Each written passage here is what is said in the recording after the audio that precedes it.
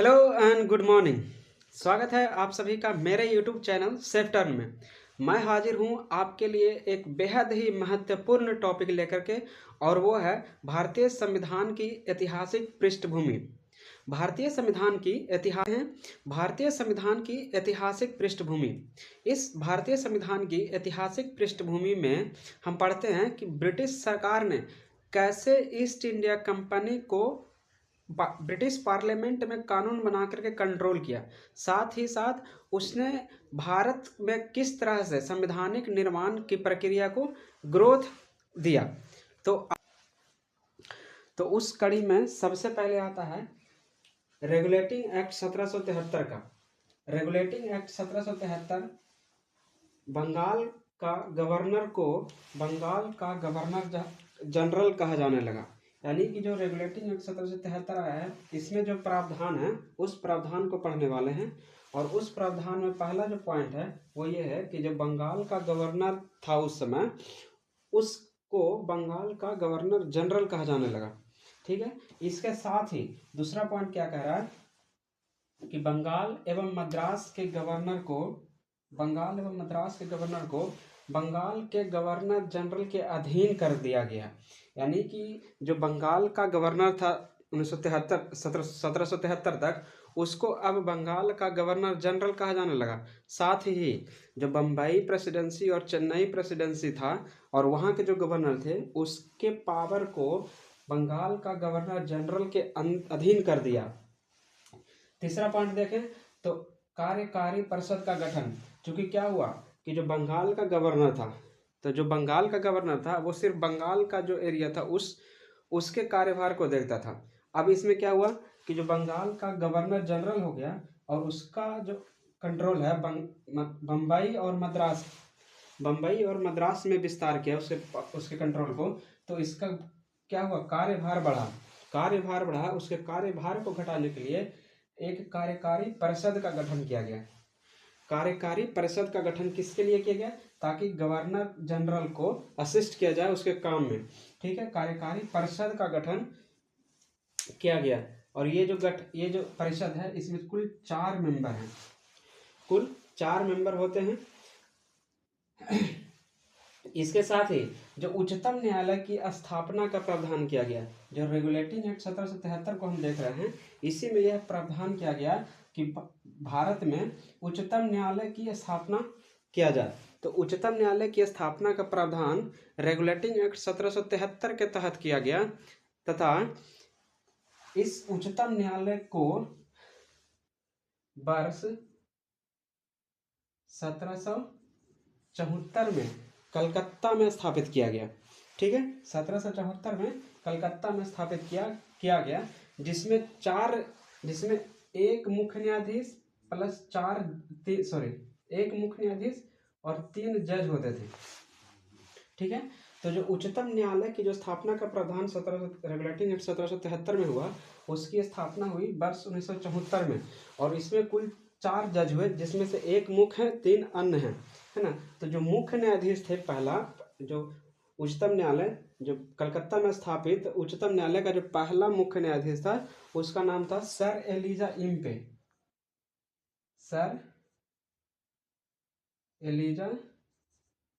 Impey था।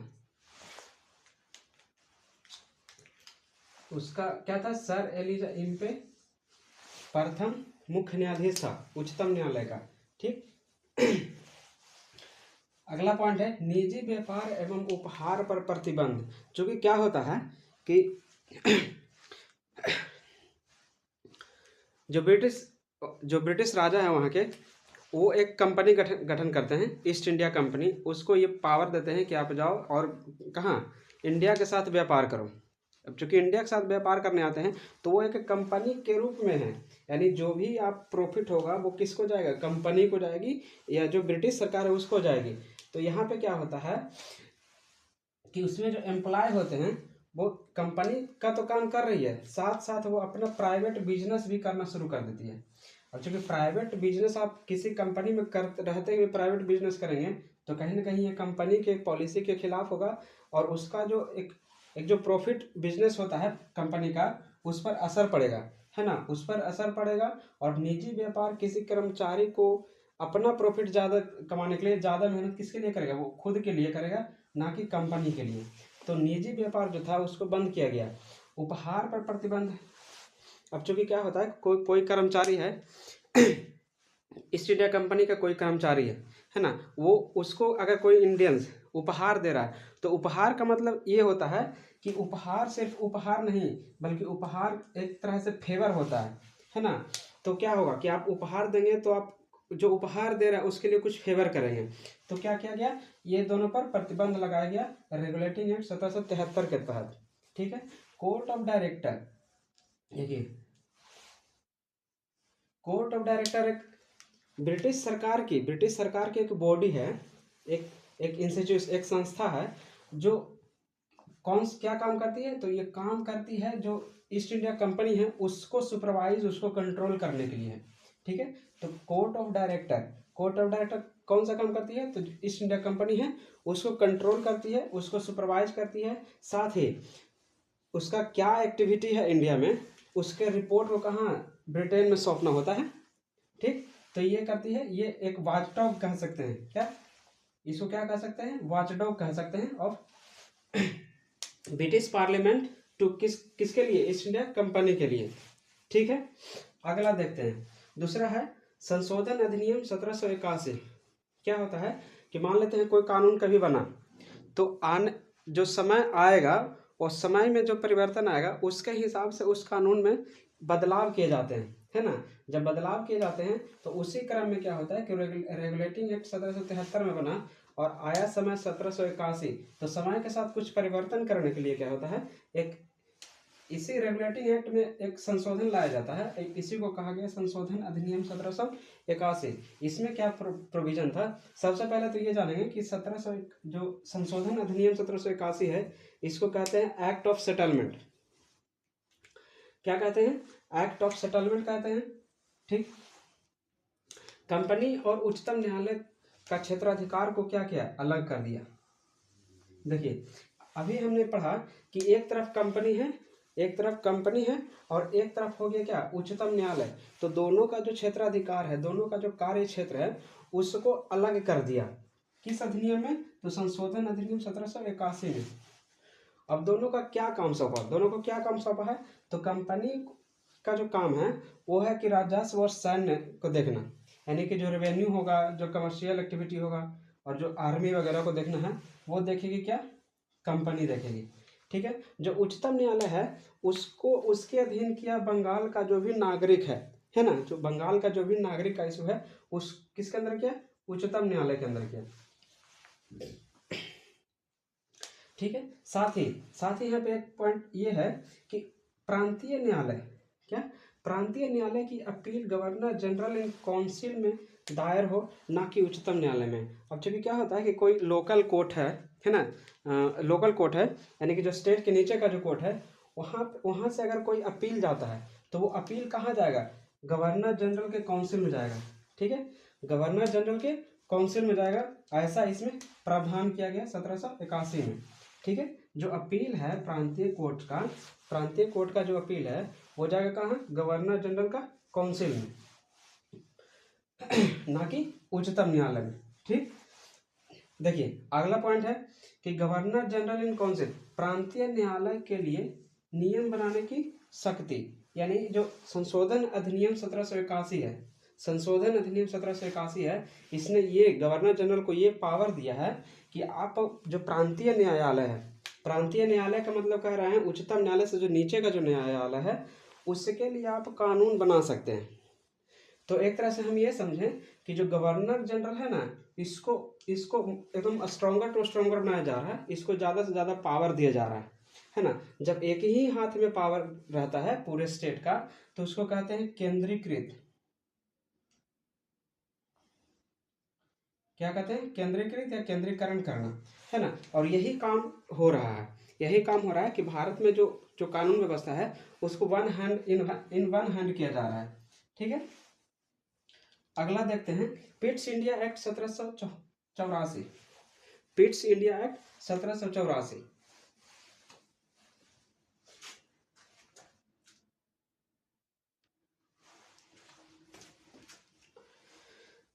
अगला है पिट्स इंडिया एक्ट 1784। इसमें क्या प्रावधान होता है? इसमें होता है राजनीतिक एवं वाणिज्यिक कार्यों का अलग होना। ये जो पॉइंट है ये काफ़ी इंपॉर्टेंट है और ये ज़्यादातर यही पूछे जाते हैं कि राजनीतिक एवं वाणिज्यिक कार्यों का अलग, यानी कि इसको कहते हैं हम द्वैध शासन। क्या? द्वैध शासन। द्वैध शासन मैंने दोहरी शासन। दोहरी शासन का अर्थ हुआ कि दो संस्था का शासन या दो लोगों का शासन। तो यही हुआ, दो संस्था का शासन हो रहा है। दो संस्था का शासन कैसे हो रहा है? तो अभी हमने पढ़ा कि कोर्ट ऑफ डायरेक्टर एक संस्था है जो ब्रिटिश पार्लियामेंट की है ना। उसका काम क्या है? उसका काम ये है कि जो ईस्ट इंडिया कंपनी है उसको कंट्रोल करना, उसको सुपरवाइज करना और इसका रिपोर्ट किसको देना? ब्रिटिश पार्लियामेंट को देना। तो एक बॉडी तो ये होगी कि कोर्ट ऑफ डायरेक्टर है। दूसरा क्या होता है? यहाँ पे बोर्ड ऑफ कंट्रोल, एक संस्था है board of control. Board of control क्या क्या होता है? स्थापना होता है ना। बोर्ड ऑफ कंट्रोल की स्थापना कहाँ, किस अधिनियम के थ्रू होता है, किस एक्ट के तहत होता है? तो ये होता है Pitt's India act 1784, board of control. अब इसको काम क्या देता है? तो इसको काम देता है राजनीतिक मामला, यानी जो भी पॉलिटिकल है, जो स्टेट को फैलाना, कम करना, है ना, एग्रीमेंट करना, युद्ध लड़ना, ये सारी जो चीज़ें हैं, ये सारी चीज़ें देखेगा बोर्ड ऑफ कंट्रोल, है ना। अब कोर्ट ऑफ डायरेक्टर तो देख ही रहा है। कोर्ट ऑफ डायरेक्टर क्या देख रहा है? कमर्शियल चीज़ें देख रहा है ना, कमर्शियल चीज़ें देख रहा है। तो court of director east India company को देख रहा है। और जो बोर्ड ऑफ कंट्रोल है ये देखेगा कि किस भारत में ब्रिटिश जो साम्राज्य है उसका विस्तार करना, है ना, उस सारी चीज़ों को सुपरवाइज और कंट्रोल करना। ठीक है। और अगला देखिए, ब्रिटिश सरकार का पूर्ण नियंत्रण। अब क्या होता है? अब क्या होता है कि चूंकि ईस्ट इंडिया कंपनी एक वाणिज्यिक रूप में आई है, यानी कि ये वो सिर्फ एक ट्रेड करने के लिए आई है, और ट्रेड के क्रम में उसने क्या किया? अपना पॉलिटिकल पावर को बढ़ाना शुरू किया। जब जैसे ही पॉलिटिकल पावर बढ़ता गया उसके पास एक साम्राज्य आ गया। तो साम्राज्य पर कंट्रोल किसका रहेगा? ईस्ट इंडिया कंपनी का नहीं। ये जो कंट्रोल है अब आ गया किसके? ब्रिटिश सरकार के पास। ठीक है। यहाँ पे कंफ्यूजन एक ये होता है कि अगर ब्रिटिश सरकार के पास इसका इंडिया का जो पूर्ण नियंत्रण चला गया है अभी, तो वहाँ पे जो एक होता है 1858 का जो भारत शासन अधिनियम होता है, इसमें क्या होता है? तो इसमें जो भारत का जो कंट्रोल जाता है वो जाता है वहाँ के राजा के पास। वहाँ के राजा और वहाँ के सरकार, है ना, वहाँ के राजा और वहाँ के सरकार दो अलग अलग संस्था है। ठीक है। तो ब्रिटिश जो 1858 अधिनियम के तहत जो भारत का जो हस्तांतरण होता है वो होता है ब्रिटिश के राजा, और अभी जो हो रहा है वो हो रहा है ब्रिटिश का सरकार। ठीक है। तो भारत का पूर्ण नियंत्रण किसके पास चला गया? ब्रिटिश सरकार के तहत।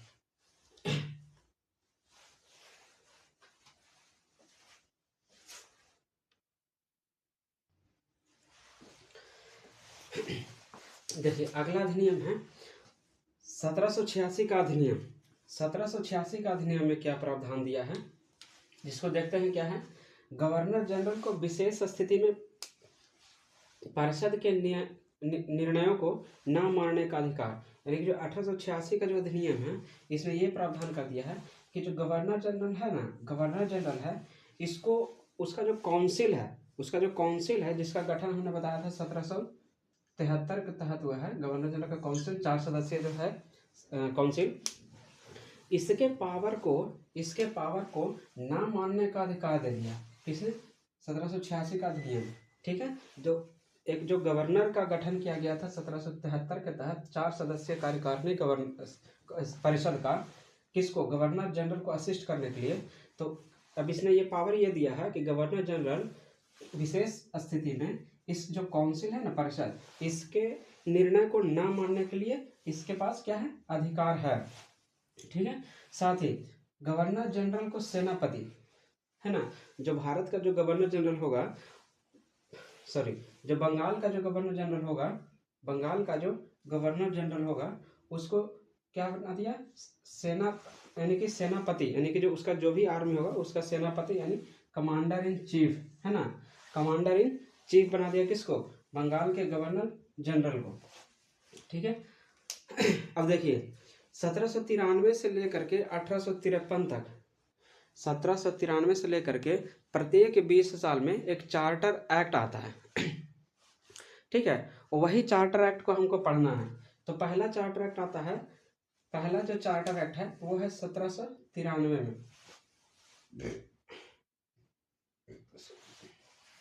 पहला चार्टर एक्ट कब आता है? 1793 में। दूसरा चार्टर एक्ट आता है 1813 में। हम 20 साल जोड़ते जाएंगे क्योंकि ये 20 साल, प्रत्येक 20 साल पर एक चार्टर एक्ट आ रहा है। 1793 के बाद आया 1813 में, फिर आया 1853 में, सॉरी 33 में, 1833 में, और उसके बाद का जो चार्टर एक्ट है ये है 1853 में। ठीक है, तो हमको देखना है अभी चार्टर एक्ट, चार्टर अधिनियम 1793।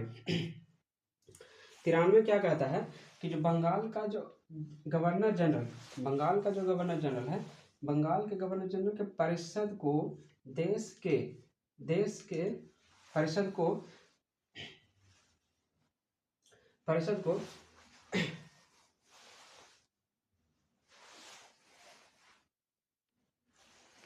हाँ, क्या है? तो बंगाल का जो गवर्नर जनरल के परिषद के निर्णयों को देश के सभी परिषदों तक लागू करने का क्या हो गया? अधिकार हो गया। यानी ये हुआ कि जो बंगाल का जो गवर्नर जनरल है और उसका जो काउंसिल है ना, वो जो निर्णय लेगी तो इसके निर्णय को अदर प्रेसिडेंसी के जो काउंसिल है और गवर्नर है उसको मानने के लिए क्या कर दिया है?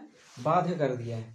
ठीक है, यानी हम ये कह सकते हैं कि बंगाल एक मुख्य सेंटर के रूप में काम कर रहा है और जो अदर जो दूसरा प्रेसिडेंसी है, छोटे और बड़े जो भी प्रेसिडेंसी है, उसको बंगाल के अधीन लाया जा रहा है धीरे धीरे। ठीक है, अगला पॉइंट है बोर्ड ऑफ कंट्रोल के सदस्यों एवं है ना कर्मचारियों का वेतन भारतीय राजस्व से। हमने बताया कि 1784 में पिट्स इंडिया एक्ट 1784 में एक बॉडी का गठन हुआ है, वो है बोर्ड ऑफ कंट्रोल। क्या है? Board of control. अब क्या कह रहा है कि जो बोर्ड ऑफ कंट्रोल का जो भी मेंबर, जो भी सदस्य और उसके अंदर जो भी कर्मचारी होंगे, इसका जो वेतन जो जाएगा वो जाएगा कहाँ से? भारतीय राजस्व से जाएगा। उसको ब्रिटिश सरकार नहीं देगी, बल्कि वो कहाँ जाएगा? भारतीय राजस्व से। ये काम कर रहा है किसके लिए? काम कर रहा है ब्रिटिश सरकार के लिए। और वेतन कहाँ से ये मांगने की कोशिश कर रहा है? वेतन लेगा कहाँ से? भारतीय राजस्व से, है ना। देख लीजिए कितना बड़ा षड्यंत्र है। काम उसका हो रहा है, किसका? कंपनी का हो रहा है। ये कंट्रोल करेगा कंपनी के लिए भारत में, और काम कर रहा है उसके लिए, पैसा चाहिए इसको भारतीय राजस्व से। ठीक है, अगला पॉइंट है चार्टर अधिनियम 1813। चार्टर अधिनियम 1813 क्या कहता है कि कंपनी के व्यापार एकाधिकार की समाप्ति। यानी कि जो 1813 का जो चार्टर अधिनियम है, इसके तहत क्या हुआ? कंपनी का जो एकाधिकार था, एकाधिकार का मतलब ये होता है कि एक ही कंपनी का अधिकार था भारत में व्यापार करने का, है ना। और वो एक ही कंपनी कौन थी? East India company. यानी कि इंग्लैंड देश जिसने किसको भेजा है? ईस्ट इंडिया कंपनी को भेजा है। तो इंग्लैंड देश से मात्र एक ही कंपनी भारत में व्यापार करेगी, ऐसा प्रावधान था, है ना। उस प्रावधान को यहाँ पे क्या किया गया है? खत्म कर दिया गया है 1813 के चार्टर अधिनियम में। ठीक है, इसमें कुछ अपवाद भी हैं, जैसे भारत के साथ इसका इसका चाय के साथ व्यापार अभी भी एकाधिकार के अंतर्गत ही है। यानी कि ब्रिटिश का कोई और दूसरा कंपनी भारत के साथ चाय का व्यापार नहीं कर सकती है ना, 1833 के बाद भी। ठीक है, साथ साथ चीन के साथ जो इसका व्यापार है, चीन के साथ जो ब्रिटिश ईस्ट इंडिया कंपनी का व्यापार है, वो भी एकाधिकार के अधीन है अभी। ठीक है, अब सवाल ये आता है कि सर बड़ी सारा कंपनी था, जैसे डच था, फ्रेंच था, पुर्तगीज था, है ना, ये सारी भी तो कंपनियां थी जो भारत में व्यापार कर रही थी। तो वो सारी कंपनियां थी जो दूसरे देश की थी। आप कानून बनाइएगा तो अपने देश के लिए बनाइएगा ना, जो भी बनाइएगा अपने देश में ही लागू होगा। तो जो पुर्तगाल की थी, जो फ्रेंच और डच और स्वीडिश की थी, वो दूसरे देश की कंपनियां थी, तो उस पर ब्रिटिश सरकार का कोई कानून लागू नहीं होता, है ना। तो एकाधिकार का मतलब ये हुआ कि जिस देश में कानून बना है वही देश का मात्र एक ही कंपनी भारत में व्यापार करेगी। ठीक है, अगर एग्जाम्पल से हम समझें तो मान लेते हैं कि भारत कोई एक बड़ी कंपनी को, भारतीय बड़ी कंपनी को, उसको सिर्फ एक पावर देती है कि आप जाओ और अमेरिका में व्यापार करो, ठीक है। तो भारत किसी एक कंपनी को अगर पावर दे रही है कि आप ही सिर्फ व्यापार करो, तो वही सिर्फ व्यापार करेगी ना, है ना। अगर पाकिस्तान भी कहता है कि वो अपना एक कंपनी उसको भेजती है कहाँ, अमेरिका में, कि आप जाओ आप भी एक व्यापार करो, तो हम जो भारत को जो एकाधिकार है वो अपने देश की कंपनी पर रहेगा, ना कि दूसरे देश की कंपनी पर, ठीक है। आगे देखते हैं, चार्टर अधिनियम 13 की बात हो रही है, चार्टर अधिनियम 13 की बात हो रही है। यहाँ पे क्या करता है, ईसाई मिशनरियों माने ईसाई धर्म के मानने वाले और उसका प्रचार करने वाले हैं, है ना। तो ईसाई मिशनरियों को भारत में आगमन और उसके धर्म की प्रचार प्रसार की क्या की गई, आज्ञा दी गई कि आप क्या करो, भारत में ईसाई धर्म को प्रचार करो प्रसार करो, ठीक है। तो ईसाई धर्म को अलाउ किया गया भारत में प्रचार के लिए, वो होता है 1813 चार्टर अधिनियम के तहत, ठीक। अगला पॉइंट है पश्चिमी शिक्षा का विस्तार। पश्चिमी शिक्षा का विस्तार 1813 में ही नींव रखी गई, ठीक। अगला है पॉइंट, स्थानीय सरकार द्वारा लोगों पर कर। अब क्या होता है कि हमको रेवेन्यू ज़्यादा चाहिए, है ना। रेवेन्यू ज़्यादा चाहिए तो आप क्या होगा, टैक्स को लगाइए। अब टैक्स हर जगह लग गया है, कहीं भी नहीं छूटा है, तो अब टारगेट किया किसको, स्थानीय लोगों को। स्थानीय लोगों को पर टैक्स कौन लगाएगा, तो स्थानीय सरकार। स्थानीय सरकार कौन, वहाँ पे अभी कौन होगा, तो स्थानीय सरकार जो यहाँ के जो लोग होंगे ना, वही होगा शासन में, यानी कि जो इंडियंस होंगे वही होंगे। और इसी को बोला जा रहा है, आप क्या करो कि आप अपने लोगों पर टैक्स लगाओ, है ना, अपने लोगों पर टैक्स लगाओ। और ये टैक्स वसूल करके देगा किसको, कंपनी को, ठीक है, कंपनी को। तो कहीं ना कहीं इसमें कौन बीच में कौन पीस रहा है, जो स्थानीय शासक है, जो सरकार है वो, ठीक। अगला अधिनियम है चार्टर अधिनियम 1833। चार्टर अधिनियम 1833 क्या कहता है कि बंगाल का गवर्नर जनरल, है ना, बंगाल का गवर्नर जनरल को अब भारत का गवर्नर जनरल कर दिया गया। यानी जिस तरह से हम देख रहे हैं कि पहले बंगाल के गवर्नर को बंगाल का गवर्नर कहा गया, है ना, बंगाल के गवर्नर जनरल के अधीन बम्बई और मद्रास को अंदर कर दिया गया, है ना। उसके बाद हम यहाँ देखते हैं क्या उसके बाद हम देखते हैं कि क्या कि बंगाल का जो गवर्नर जनरल है उसका जो परिषद का जो निर्णय होगा देश के सभी परिषदों तक लागू हो गया। तो कहीं ना कहीं ये हो रहा है कि आप शासन को एक केंद्र में लेके जा रहे हैं और एक ही केंद्र से हर तरफ शासन करने की कोशिश कर रहा है ना।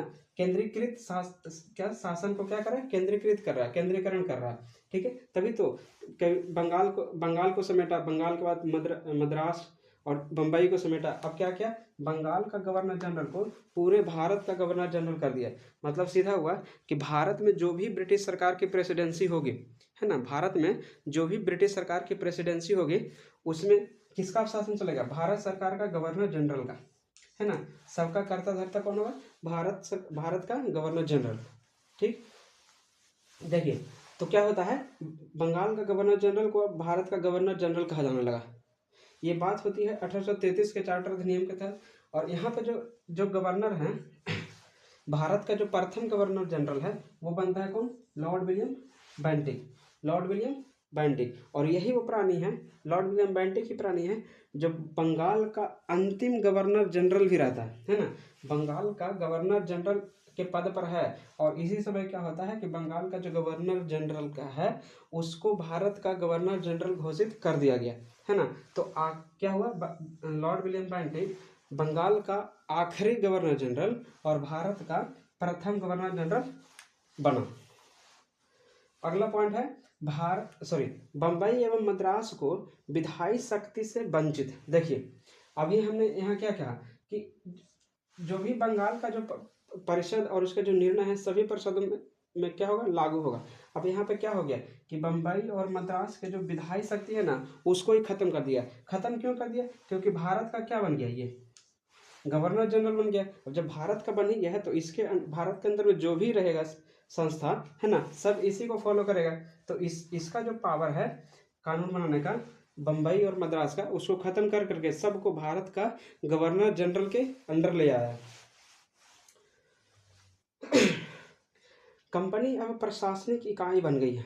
अब क्या होता है कि यहाँ पे हमने क्या देखा, 1813 में देखा कि जो कंपनी का जो व्यापार एकाधिकार है वो आंशिक रूप से खत्म होता है, लेकिन 33 में क्या होता है कि उसका जो एकाधिकार है पूर्ण रूप से खत्म करने का मतलब है कि अब ब्रिटेन से और दूसरी कंपनियां भी भारत में आकर के व्यापार करेगी, ठीक है, व्यापार करेगी। तब जब दूसरी कंपनी व्यापार कर रही है तो जो ईस्ट इंडिया कंपनी आई थी व्यापार करने के लिए, अब वो व्यापार इसका मुख्य मुद्दा नहीं रहा। मुख्य मुद्दा इसका रहा कि भारत में हमको अब शासन करना है, प्रशासन करना है ये।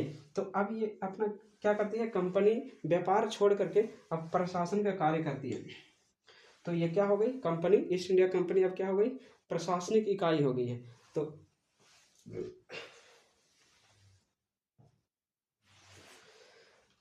तो किस चार्टर अधिनियम के तहत कंपनी जो है प्रशासनिक इकाई बन जाती है, वो होता है चार्टर अधिनियम 1833 के तहत, है ना। अब तक ये एक व्यापारिक कंपनी रही है, अब ये क्या हो गई, प्रशासनिक इकाई हो गई है, ठीक है।